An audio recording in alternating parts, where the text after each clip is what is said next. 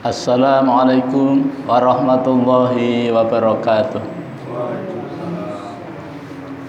Innal hamdalillah nahmaduhu wa nasta'inuhu wa nastaghfiruh wa na'udzu billahi min shururi anfusina wa min sayyiati a'malina may yahdihillahu fala mudhillalah wa may yudlilhu fala hadiyalah. Asyhadu an la ilaha illallah wahdahu la syarikalah wa asyhadu anna Muhammadan abduhu wa rasuluh la nabiyya wa la rasula ba'dah. Allahumma shalli wa sallim wa barik ala hadzal nabiyil karim wa ala alihi wa sahbihi ajma'in, amma ba'd. Qala Allah ta'ala fil Qur'anil Karim, a'udzu billahi minasyaitonir rajim. Ya ayyuhalladzina amanu taqullaha haqqa tuqatih wa la tamutunna illa wa antum muslimun. Ya ayyuhan nasu taqu rabbakumul ladzi khalaqakum min nafsin wahidah wa khalaqa minha zawjaha wa batha minhuma rijalan katsiran wa nisaa'a wattaqullaha alladzi tasaaluna bihi wal arham innallaha kana 'alaikum raqiba. Ya ayyuhalladzina amanu taqullaha wa qulu qawlan sadida yuslih lakum a'malakum wa yaghfir lakum dzunubakum wa may yuti'illaha wa rasulahu faqad faza fawzan 'azima. Fa in asdaqal haditsi kitabullah wa khairul hadi hadi Muhammadin sallallahu alaihi wasallam wa syarrul umuri muhdatsatuha wa kullu muhdatsatin bid'ah wa kullu bid'atin dhalalah wa kullu dhalalatin finnar. Bapak Ibu ma'asyiral muslimin jamaah mushola Miftahlul Jannah yang dirahmati Allah Subhanahu wa taala. Mari kita kembali bersyukur kepada Allah Subhanahu wa taala. Biqauli alhamdulillah wa syukurulillah atas limpahan rahmat dan nikmatnya kepada kita, terutama nikmat hidayah berupa iman dan Islam, nikmat kesehatan, nikmat panjang umur, nikmat waktu luang yang Allah berikan kepada kita, sehingga dengan nikmat itu kita dapat melaksanakan sebagian dari perintahnya, yakni melaksanakan sholat fardhu maghrib secara berjamaah di tempat yang kita cintai ini. Salawat dan salam semoga senantiasa tercurah, terlimpah pada junjungan kita Nabi besar Muhammad sallallahu alaihi wasallam, pada keluarganya, para sahabatnya, para pengikutnya yang setia, baik yang dulu, sekarang maupun yang akan datang. Mudah-mudahan kita semua yang hadir di majelis yang mulia ini dicatat oleh Allah Subhanahu wa taala sebagai hamba-hamba Allah yang taat, yang takwa, calon-calon penerima syafaat yang agung dari baginda Nabi sallallahu alaihi wasallam atas izin Allah Subhanahu wa taala kelak pada hari kiamat. Amin ya rabbal alamin. Bapak Ibu jamaah yang dirahmati Allah Subhanahu wa taala, alhamdulillah kita kembali bertemu dalam suasana kebaikan, sehat badan, afiah batin. Ini merupakan nikmat Allah yang wajib kita syukuri agar Allah senantiasa menambahkan nikmatnya kepada kita. Jangan sampai kita termasuk orang-orang yang kufur nikmat, yaitu menggunakan nikmat Allah dipakai untuk maksiat, menggunakan nikmat Allah dipakai untuk melakukan perbuatan yang mengundang murkanya Allah Subhanahu wa taala. Ketahuilah sesungguhnya azab Allah amat sangat pedih. Bapak Ibu jamaah yang dirahmati Allah Subhanahu wa taala, malam ini kita akan melanjutkan kajian kita tafsir Ma'rifatul Quran fi Tarjamatil Quran. Kita mengenal Al-Quran melalui tarjamahnya. Kemarin kita sudah sampai pada ayat yang ke-25 yang membicarakan tentang kabar gembira bagi orang-orang yang beriman dan beramal soleh dengan surga. Malam ini kita akan melanjutkan surah Al-Baqarah ayat 26.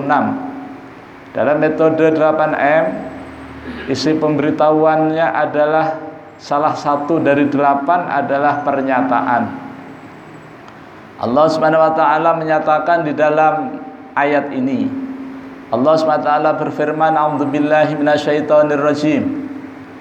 Innallaha la yastahyi ay yadriba mathalan ma ba'udatan fama fawqaha.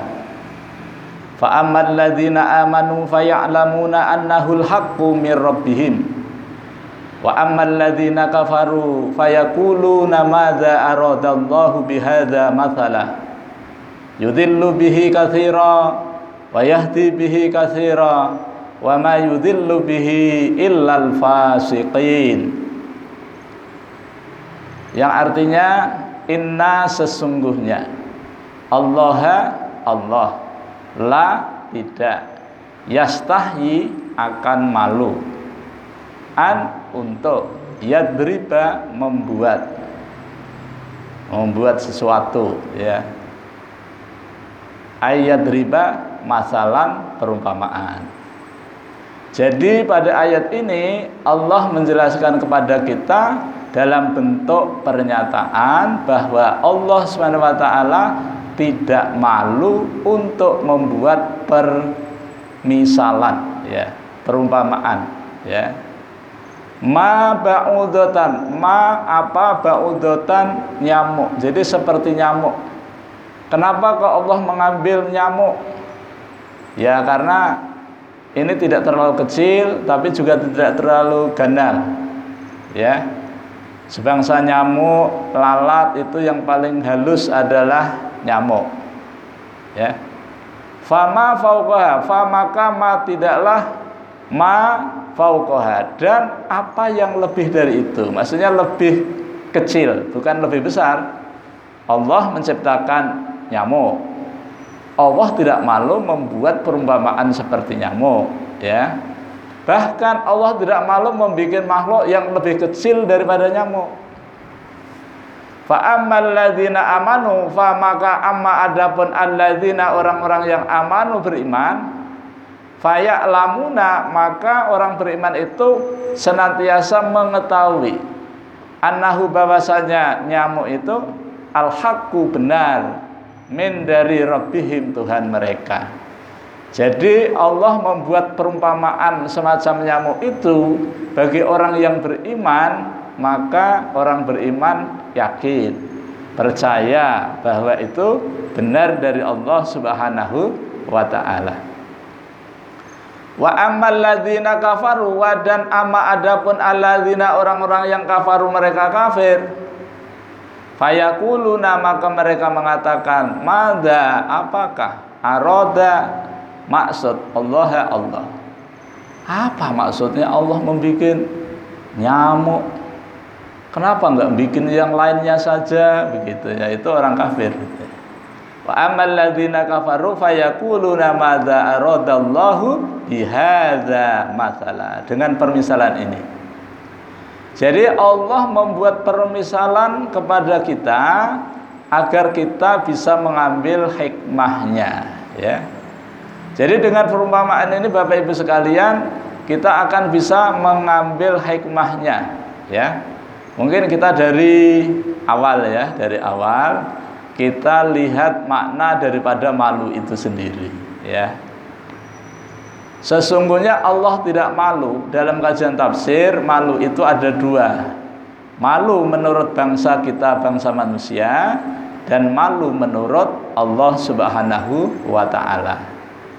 Kalau menurut kita bangsa manusia, malu itu adalah sesuatu yang tidak nyaman di hati manakala perilaku kita itu ketahuan. Jadi misalnya kita itu mau melakukan perbuatan yang tidak terpuji, dan ini apabila kita lakukan dan ketika itu nanti ketahuan, maka kita jadi nggak enak hati. Misal kita diangkat sebagai seorang pejabat misalnya gitu ya, kemudian kita dikasih amanah untuk menjaga amanah tersebut. Nah misalnya kita dikasih titipan untuk mensejahterakan rakyat misalnya, dengan bantuan dari pemerintah, ternyata bantuan itu tidak sampai, ya, tidak sampai. Maksudnya tidak sampai semua, gitu ya. Misalnya bantuannya itu 100.000, mestinya sampai kepada rakyat 100.000, ternyata yang 25.000 tidak diberikan. Nah, apabila ini dilakukan, ini adalah tindakan yang tidak terpuji. Ketika ketahuan nanti kita akan malu. Kapan? Ketika ketangkap. Kalau ditangkap kemudian masuk penjara, nah itu yang bikin kita tidak enak. Ya, itu malu menurut kita. Begitu juga kalau kita melakukan perilaku yang keji, misalnya melakukan perzinaan. Bagi orang muslim zina itu dosa besar. Tapi bagi orang yang tidak muslim, zina itu suatu pekerjaan yang enak banget. Nah, itu ya. Itu bagi orang kafir, Pak. Bagi orang muslim, mukmin, zina itu al-kabair, ya, termasuk dosa-dosa besar, gitu. Nah, ketika kita melakukan zina, kalau nggak ketahuan, yang melihat hanya Allah, hanya raqib dan atid saja, maka kita enjoy aja, ya. Tapi ketika ketangkep basah, ya, kemudian masuk media sosial, wah, ini ada pejabat melakukan ini itu, begitu. Nah, ini baru malu ini. Nah, jadi kesedihan, kesusahan di hati ketika melakukan perbuatan dan perbuatan itu ketahuan pihak lain. Bapak Ibu yang dirahmati Allah SWT, tapi menurut Allah malu itu tentu tidak sama. Masa Allah punya rasa malu seperti kita? Bukan berarti Allah nggak punya rasa malu, bukan maksudnya. Tapi malunya Allah dalam ayat ini tidak seperti malunya kita sebagai manusia. Menurut pakar tafsir, bahwa malu di situ adalah sudah ditakwil.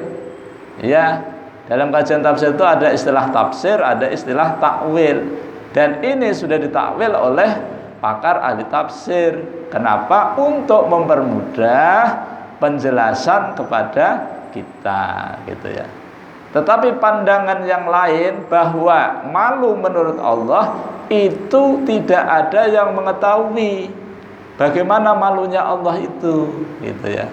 Dan ini termasuk ayat-ayat mutasyabihat, termasuk ayat-ayat yang tidak perlu kita takwilkan dan tidak perlu kita tafsirkan tentang malunya Allah. Tetapi untuk memudahkan kita memahami bahwa Allah tidak malu di sini adalah Allah tidak enggan, Allah tidak malu untuk membuat permisalan.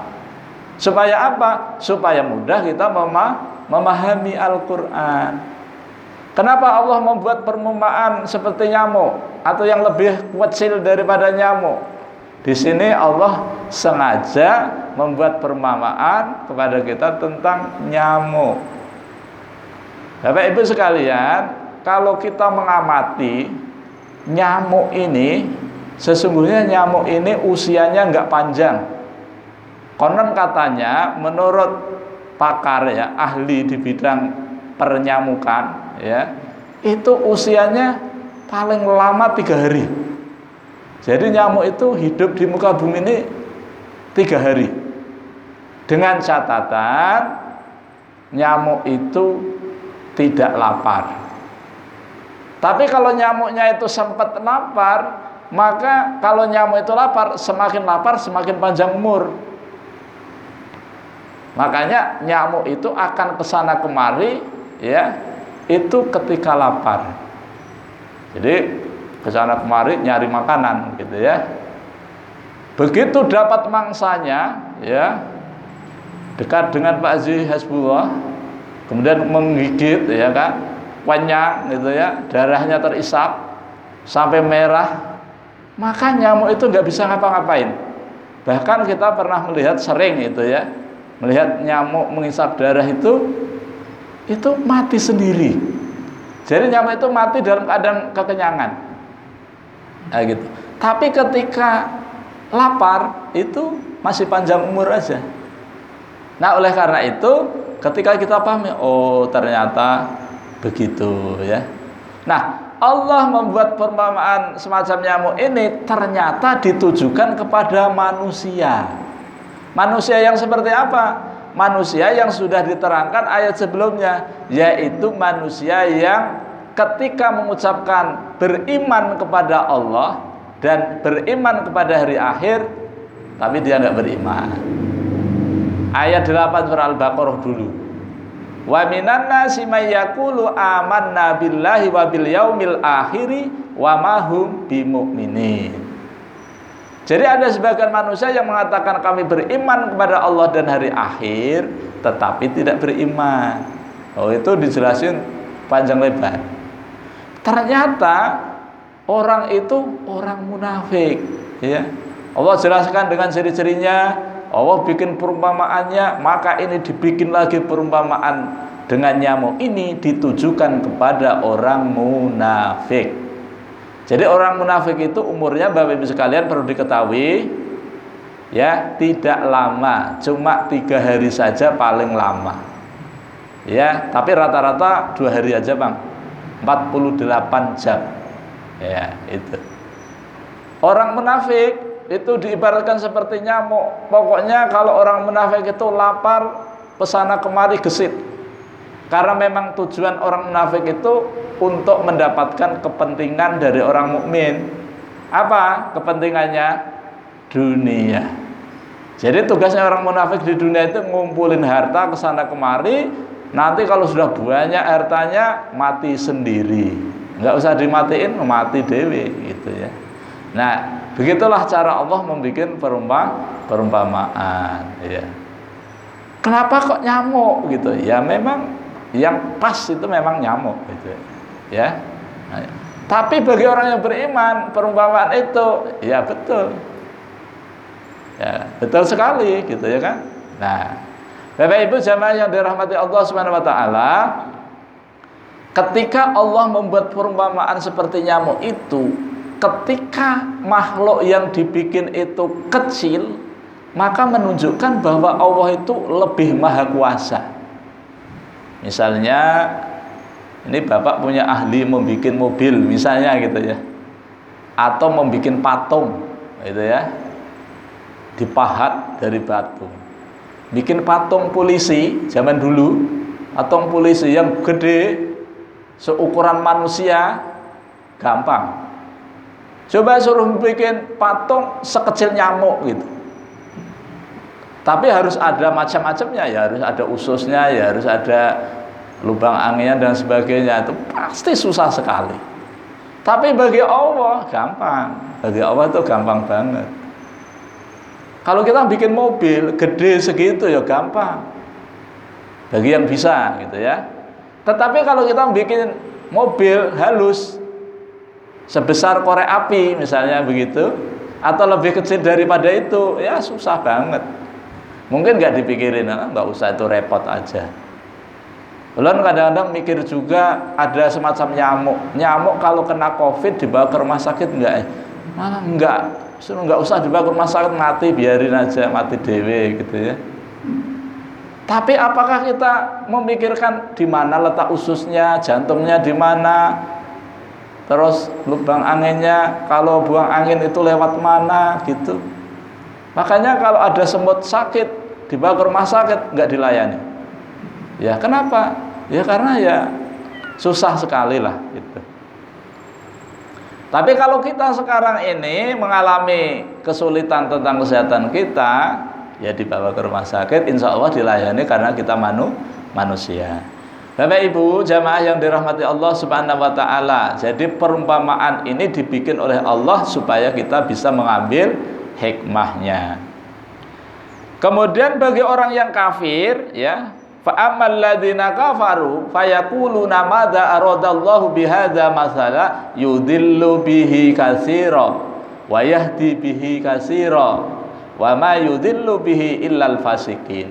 Dengan perumpamaan itu maka banyak orang yang disesatkan, dan dengan perumpamaan itu banyak orang yang mendapat hidayah. Dan tidaklah orang itu sesat kecuali orang-orang yang fasik. Bapak Ibu yang dirahmati Allah. Nah, siapakah orang yang mendapatkan petunjuk dalam hal ini, dalam perumpamaan itu? Yaitu orang-orang yang beriman. Dan siapakah orang yang sesat dalam perumpamaan ini? Mereka adalah orang-orang kafir. Nah, munafik itu digabungkan di kafir. Nah, gitu ya. Baik. Tapi Allah menyatakan wa may yudillu bihi illal fasikin, dan tidaklah orang itu sesat kecuali orang-orang fasik. Siapakah fasik itu? Nah, begitu. Kalau ada soal, siapakah fasik itu? Maka Allah sendiri yang membalas, yang menjawab. Fasik ialah surah Al-Baqarah ayat 27. Minimal kita mengetahui ciri-cirinya. Tapi Bapak Ibu sekalian, nanti kalau di rumah buka Al-Quran surah Al-Baqarah ayat 27, yaitu ciri-ciri orang fasik. Jadi fasikin ini suatu wadah di mana situ kumpulnya orang-orang yang melakukan 3 perkara. Itu 3 perkara, yaitu di dalam surah Al-Baqarah ayat 27. Allah Subhanahu wa taala berfirman, alladzina yanquduna ahdallahi min ba'di mitsaqih. 1. Wa yaqta'una ma amarallahu bihi ayyusala. 2. Yang pertama, orang fasik itu cirinya adalah orang yang senantiasa mengingkari kesepakatan. Nah, siapakah orang yang mengingkari kesepakatan? Misalnya berjanji, ingkar. Kalau berkata, berbicara, dusta. Kalau dipercaya, khianat. Nah, ini ciri orang munafik ini, Pak. Ya. Nabi di dalam hadis yang sahih, ciri orang munafik itu 3, ya. Apabila berkata bohong, apabila berjanji ingkar, apabila dipercaya khianat. Kalau ada ciri-ciri seperti itu adalah ciri orang munafik. Tapi tidak perlu dipanggil, "Hai munafik," jangan juga, ya kan? Karena dia punya nama. Karena munafik itu bukan nama orang, tapi ini jabatan gelar bagi pelaku-pelaku kefasikan. Alladzina yanquduna ahdallahi min ba'di mitsaqih, sudah janji, sudah disepakati. Kalau saya diangkat oleh Allah menjadi manusia, menjadi khalifah di muka bumi, harus melakukan hukum-hukum Allah. Ternyata ingkar. Ada orang yang ingin melaksanakan syariat Allah di muka bumi, ternyata dihalang-halangi, akhirnya nggak jalan juga, ya begitu kan? Nah, ini ciri yang pertama, bahwa orang fasik itu ingkar janji. Wa yaqta'una ma amarallahu bihi ayyusala. Yang kedua adalah orang fasik itu ketika ada orang menyambung tali silaturahmi, nggak boleh. Nggak boleh nih. Ini masa pandemik ini ya, tidak boleh silaturahmi. Nah, loh, kenapa? Oh, itu kerumunan, itu nggak boleh, ya. Jaga jarak. Waduh, nah, 1 meter. Nah, itu. Walaupun sholat, ya. Orang fasik itu, Bapak Ibu sekalian, kalau ada orang ingin menyambung tali silaturahmi, nggak boleh, jangan, ya. Padahal silaturahmi itu diperintahkan oleh Allah. Nabi mengatakan, tidak akan masuk surga orang yang memutuskan tali silaturahmi. Tapi orang fasik melakukan perbuatan yang supaya kita tidak silaturahmi. Nah, Bapak Ibu kalau masuk ke musola sini dihalang-halangi enggak? Enggak, ya. Kalau dihalang-halangi itu musibah, ya. Jangan minta tolong kepada selain Allah, minta aja tolong kepada Allah. Ya Allah, ulun ini mau ke majelis ilmu, mau mengenal kalammu, firmanmu, supaya ulun lebih dekat dengan pian. Kalau ada orang yang menghalang-halangi, mudah-mudahan pian kasih petunjuk, kasih hidayah. Gak usah dicaci maki, gak usah, ya. Orang tidak baik itu gak usah diburuk-burukin. Orang yang baik gak usah dipuji-puji, ya.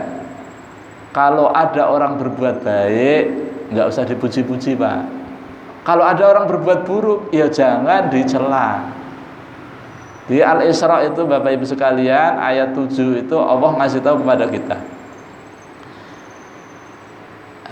In ahsantum ahsantum li anfusikum wa in asatum falaha. Jika kalian berbuat baik, maka kebaikan itu kembalinya kepada kalian sendiri.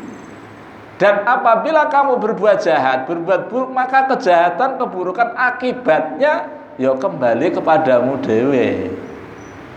Maka bagi kita orang yang beriman dan paham terhadap Al-Quran, beramal itu nggak usah nunggu dilihat orang.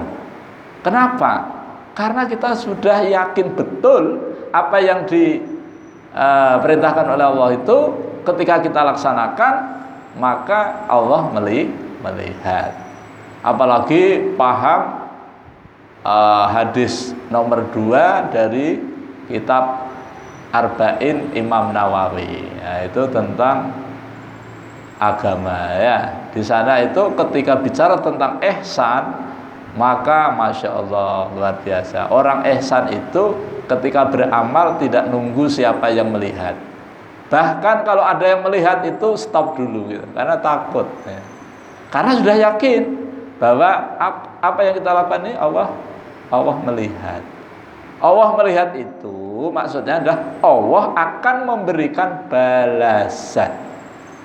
Makanya Bapak Ibu sekalian, kalau kita bicara tentang ikhlas, itu kata orang ikhlas itu berat. Ya Pak ya? Pak Haji, kalau ikhlas itu berat enggak Pak? Menurut pihak? Berat. Nah, Pak Asbuah kalau berbuat ikhlas itu berat atau ringan? Ringan? Berat? Oh gitu ya. Padahal ikhlas itu gampang. Gampang banget, ringan banget. Lawan kata ikhlas itu kan riya. Kalau ikhlas itu kita beramal semata-mata untuk meraih ridhonya Allah, itu ikhlas. Ada orang atau tidak ada orang, waktunya sholat duhur yang kita azan, ya kita sholat. Ada jamaah atau tidak, kalau sudah waktunya iqomah ya sudah qomat. Ulun di Ansari Saleh itu Pak, orang rumah saya itu banyak yang sakit, kena COVID ya. Sampai penuh gitu. Ulun tuh pernah itu, ulun yang azan, ulun yang qomat, ulun yang jadi imam, makmumnya nggak ada. Masya Allah, rumah sakit segede itu. Maklum subuh sih Pak, pernah itu sekali gitu. Kenapa? Terus awal-awal pandemik mana, wah Masya Allah itu.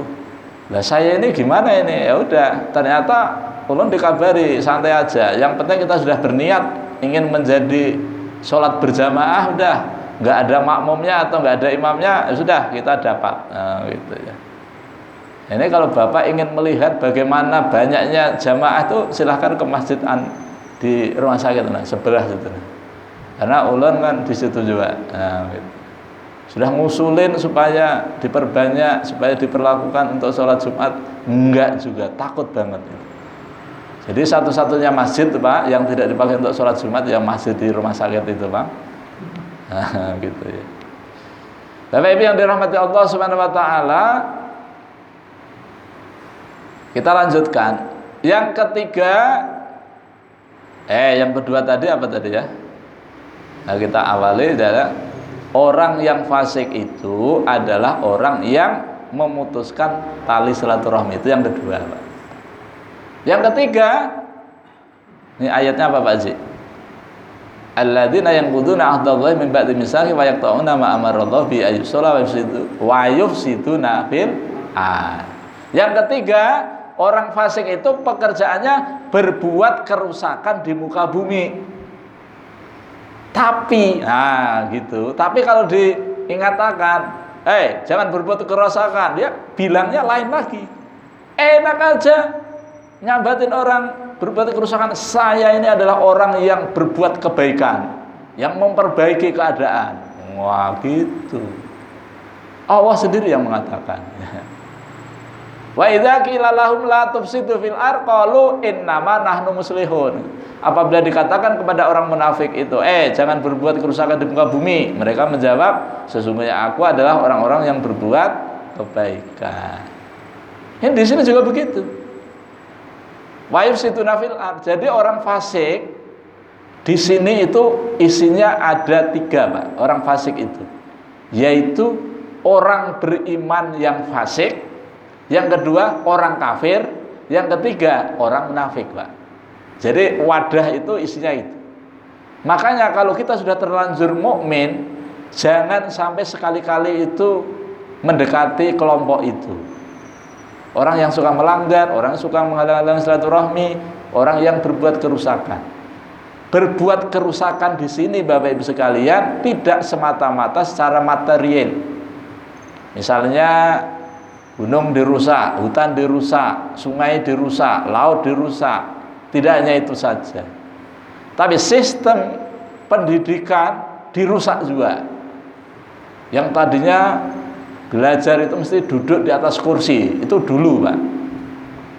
Sekarang nggak boleh duduk di atas kursi Pak. Nah, harus selesean. Dan tidak boleh saling ketemu antara guru dengan murid, nggak boleh. Bahaya ini. Ini Pak, kalau sampai 2 tahun, ini sudah tertanam budaya cara belajarnya seperti itu. Ini yang terjadi sekolah-sekolah umum. Namanya sekolah online. Ya. Ternyata setelah ulun lihat belajarnya orang online itu, ternyata HP-nya dipasang, orangnya keliaran kemana-mana. Gurunya mah ngomong terus gitu ya. Itu. Makanya banyak orang yang komplain orang tua itu di pondok ulun itu, Pak, sampai kapan sih Pak harus online terus?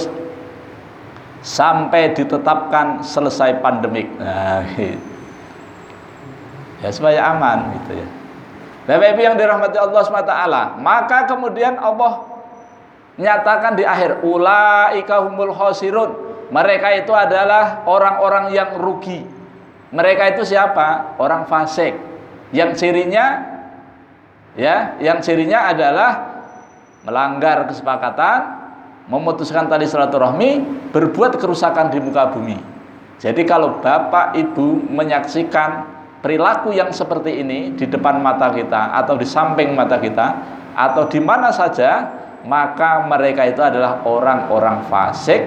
Maka segerakanlah kita doakan, mudah-mudahan Allah memberikan hidayah, petunjuk ya. Apa itu hidayah? Supaya ingat, kita ulang-ulang, hidayah itu adalah sesuatu yang menyampaikan kepada tujuan. Karena tujuan kita itu mardhotillah. Jangan kita korbankan hanya 60-70 tahun, mati kemudian di akhirat menderita sepanjang masa. Ya, jadi kita harus waspada terhadap tipu daya mereka, orang-orang fasik itu. Kenapa Allah menyampaikan mereka itu khosirun, yang akar katanya khosaro, khosirun, itu rugi. Nah, di mana kok kayak orang berdagang? Kata khosirun, orang-orang yang rugi ini karena manusia itu sudah dikasih modal. Ya, baik orang yang beriman, orang yang kafir, orang yang munafik. Setelah dikelompokkan menjadi 2, orang yang beriman dengan orang yang kafir, mereka semua sudah dikasih modal oleh Allah sama. Apa modalnya? Yaitu modal hidayah, modal iman. Jadi iman ini adalah modal hidup bagi manusia dalam rangka untuk mencapai mardhotillah, ridhonya Allah. Tetapi kemudian dengan modal itu sama-sama dikembangkan, maka ada 2 kelompok. Yang pertama al-muflihun, orang-orang yang beruntung. Yang kedua al-khosirun, orang-orang yang rugi. Orang yang beruntung yang mampu mengembangkan modalnya berupa amal soleh. Orang yang buntung, yang rugi, dia tidak mampu mengembangkan modal imannya sehingga rugi. Rugi donya ora dadi apa, rugi akhirat bakal cilaka, kata orang Jawa itu ya. Orang Jawa Pak, maaf ya. Orang Jawa itu ya ulun ini. Kenapa kok rugi donya ora dadi apa? Iya, kan cuma 60 tahun. Enggak makan durian enggak apa-apa, enggak makan daging enggak apa-apa. Tapi kita harus mampu menahan diri, ya kan? Nanti di akhirat makan banyak gitu ya. Ini orientasi kita orang awam Pak. Kalau orang yang khawasul khawas, mati itu tujuannya ketemu Allah, bukan masuk surga, ketemu Allah gitu kan. Bapak Ibu jamaah yang dirahmati Allah Subhanahu wa taala, karena kita ini adalah orang yang diberi modal oleh Allah, mumpung kita masih hidup, diberi kesempatan oleh Allah, kembangkan dengan amal soleh sesuai dengan kesanggupan kita masing-masing. Tapi kalau kita tidak mampu mengembangkan, minimal kita limpahkan kepada orang lain. Siapa orang lain itu? Anak kita. Contoh, mengembangkan iman untuk menjadi orang yang hafal Quran, kita tidak mampu. Apa alasannya? Alasannya sudah tua, umurnya sudah di atas 50 tahun, 60 tahun, 70 tahun, bahkan 80 tahun. Ini kayaknya terbalik. Justru orang yang makin tua harus makin mau menghafal Quran karena sudah dekat sama Allah. Ya gitu kan. Sekarang ini malah anak-anak halus malah pada ngapalin Quran gitu ya. Luar biasa. Kita tidak, maka kita limpahkan kepada anak cucu kita supaya menjadi penghafal Al-Quran. Bapak Ibu jamaah yang dirahmati Allah SWT, karena kita nanti Bapak Ibu apabila kembali menghadap Allah SWT, itu akan ditanya 4 soal. Tidak akan beranjak dari tempat itu sebelum kita menjawab 4 persoalan. Soalnya itu sudah diberitahu sejak Nabi Muhammad diutus. Soalnya, ya kan? 1, umurmu kau habiskan untuk apa? Pak Haji Hasbullah pian dikasih usia sejak dulu sampai sekarang hampir 70 tahun. Nah, nanti pian ditanya Pak Haji, umur pian habiskan untuk apa? Gitu kan? Jawabannya gampang. Ulun menghabiskan umur ulun itu untuk sesuatu yang bermanfaat. Terus ditanya, bagaimana pian menggunakan HP? Perbandingannya, menggunakan HP dengan menggunakan Al-Quran, persentasinya berapa? Membaca Quran dengan membaca koran bagaimana? Padahal membaca Quran itu nggak ada jaminan. Tapi membaca Quran ada jaminan. Tapi kadang-kadang Quran dibiarkan begitu saja. Di tempat ulun itu Quran di dalam lemari. Itu dari dulu sampai sekarang masih utuh, masih baru. Ditanya ulun, kenapa Pak itu kok Quran banyak? Ini memang kami siapkan untuk orang yang mau membaca Quran. Makanya kalau ada orang ke pondok kami siapkan Quran itu. Jadi kalau Bapak Ibu mau Quran kemudian mau dibagikan kepada orang yang membaca Quran, silahkan ke pondok. Nah, itu memang sengaja untuk dibagi-bagikan. Nah, sekarang kalau kita membaca Quran, apakah berita-berita Quran itu pasti benar? Tidak, pasti bohong. Tapi kalau Quran beritanya pasti benar. Kalau ada orang menjanjikan di Quran, itu pasti tidak benar. Tapi kalau Allah berjanji di Quran, pasti benar. Misal, Allah menjanjikan kepada orang yang beriman dan beramal soleh dengan surga. Dan di dalam surga itu nanti akan diberikan taman seluas langit dan bumi. Sampai-sampai tamannya Pak Haji Hasbullah nanti di surga ada satu pohon yang pohonnya gede banget. Satu pohon loh Pak. Ketika dikelilingi itu ya, pakai kendaraan 100 tahun belum tembus. Saking besarnya pohon di surganya Pak Hasbullah. Nah, dan Pak Hasbullah nanti nggak setua ini. Nanti kembali muda lagi. Menjadi muda lagi tidak harus ganti pasang gigi palsu, nggak usah. Nah, habis. Dari yang dirahmati Allah, demikian yang dapat Ulun sampaikan. Mudah-mudahan Allah SWT senantiasa merahmati dan meridai kita semua. Ulun mohon maaf, pasti banyak kelirunya, banyak salahnya dalam mendampingi kajian ini. Mari kita tutup pertemuan ini dengan sama-sama membaca hamdalah dan doa kafaratul majlis. Alhamdulillahirabbil alamin. Subhanakallahumma wa bihamdika asyhadu an la ilaha illa anta astaghfiruka wa atubu ilaik. Wal afu minkum. Assalamualaikum warahmatullahi wabarakatuh.